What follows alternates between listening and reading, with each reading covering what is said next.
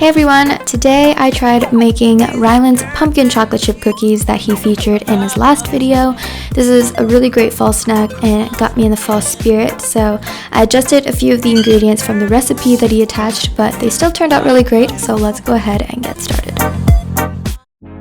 Alright, so for this recipe, the ingredients you will be needing are 3 cups flour, 1.5 teaspoons of baking soda, 1.5 teaspoons of cinnamon, which I substituted for pumpkin pie spice, but I realized that the pumpkin pie spice probably brings out a lot more flavor of the canned pumpkin, so if you want like the full pumpkin effect, I recommend using the pie spice instead.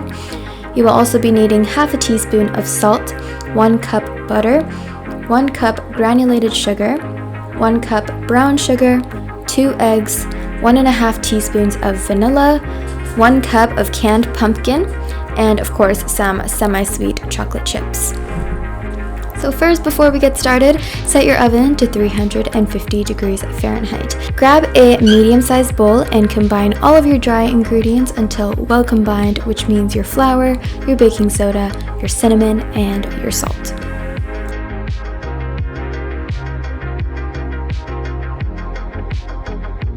Once that is nicely combined, push that off to the side and grab another bowl. And start by beating your butter and your sugars. My butter was still a little bit hard, so I added my eggs and then my brown sugar, but beat until nice and smooth.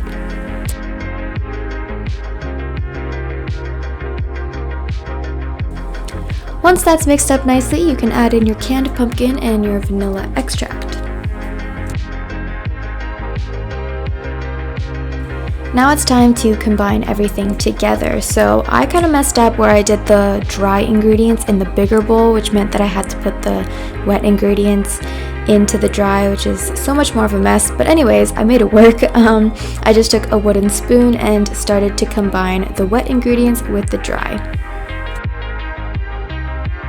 And last but not least, I just added the semi-sweet chocolate chips into the bowl, and once that was combined, I started making little dough balls, and I didn't know how much it would spread, but I just kind of guessed, and it didn't spread too much, but you definitely don't want them too close together, and this layout actually turned out pretty well for me.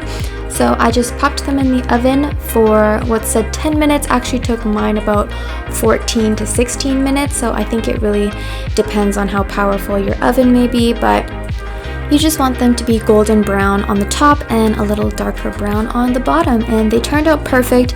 They're very soft, they're cloud-like, like Andrew said in Ryland's video, and it was actually really good, and I got a very good approval from my parents as well. So these turned out really yummy, and I hope you guys try it out. Again, use pumpkin pie spice if you want the extra pumpkin flavor. Personally, I can't taste the pumpkin that much, so I think that spice might have been really important. But anyways, I hope you guys enjoyed this video. Thank you so much for watching, and yeah, in celebration of getting this new microphone, I just wanted to try something with a little voiceover, you know? But I hope you guys enjoyed, and I will see you next time.